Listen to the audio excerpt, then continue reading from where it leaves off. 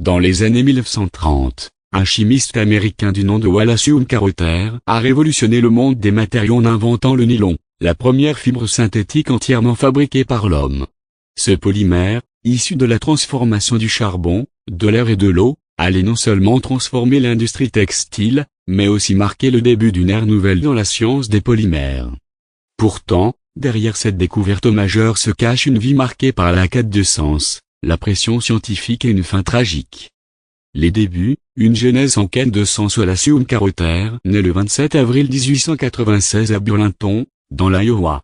Issu d'une famille modeste, il commence ses études à la Capital City Commercial College de Des Moines, où il se forme à la comptabilité et à l'administration.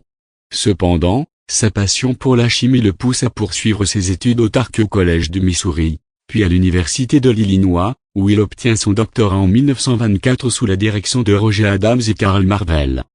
Après avoir enseigné à l'Université de l'Illinois et à Harvard, Carothers rejoint en 1928 le laboratoire de recherche fondamentale de la Société chimique DuPont à Wilmington, Delaware.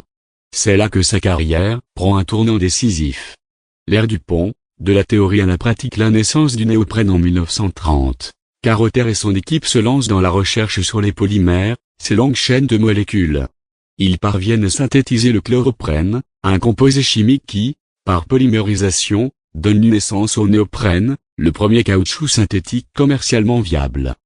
Ce matériau, plus résistant que le caoutchouc naturel, trouve rapidement des applications dans divers secteurs industriels. La quête du nylon poussée par le besoin de remplacer la soie, une matière première coûteuse et importée, Carothers oriente ses recherches vers la création d'une fibre synthétique. En 1934, il et son équipe découvrent que la réaction entre des diamines et des acides dibasiques donne naissance à un polymère appelé polyamide. Après plusieurs essais, ils parviennent à synthétiser le nylon, une fibre solide, élastique et résistante à la chaleur. Le nylon, une révolution industrielle. Le 28 février 1935, Carothers et son équipe produisent pour la première fois du nylon. Ce matériau, entièrement synthétique, est constitué de charbon, d'air et d'eau. Sa première application commerciale est la fabrication de poils de brosse à dents en 1938. Cependant, c'est lors de l'exposition universelle de New York en 1939 que le nylon fait une entrée remarquée avec la présentation de bas pour femmes, une alternative à la soie très prisée. Pendant la Seconde Guerre mondiale, le nylon est utilisé dans la fabrication de parachutes, de gilets pare-balles et d'uniformes militaires, consolidant ainsi sa place dans l'industrie. Une vie marquée par la dépression. Malgré ses succès scientifiques, Carothers lutte toute sa vie contre des épisodes dépressifs.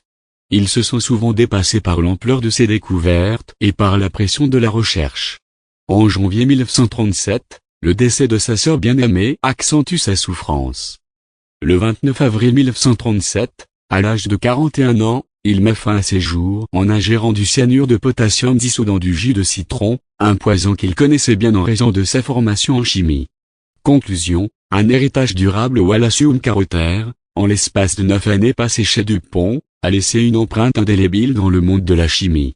Ses travaux ont non seulement abouti à la création du nylon et du néoprène, mais ont également posé les bases de la science des polymères modernes. Aujourd'hui, le nylon est omniprésent, dans nos vêtements, nos tapis, nos cordes et même dans des applications industrielles. Son invention a marqué le début d'une nouvelle ère dans le domaine des matériaux synthétiques. Ainsi, bien que sa vie a été tragiquement courte, l'héritage de Carothers perdure à travers ses découvertes, témoignant de la puissance de la science et de la résilience de l'esprit humain face à l'adversité.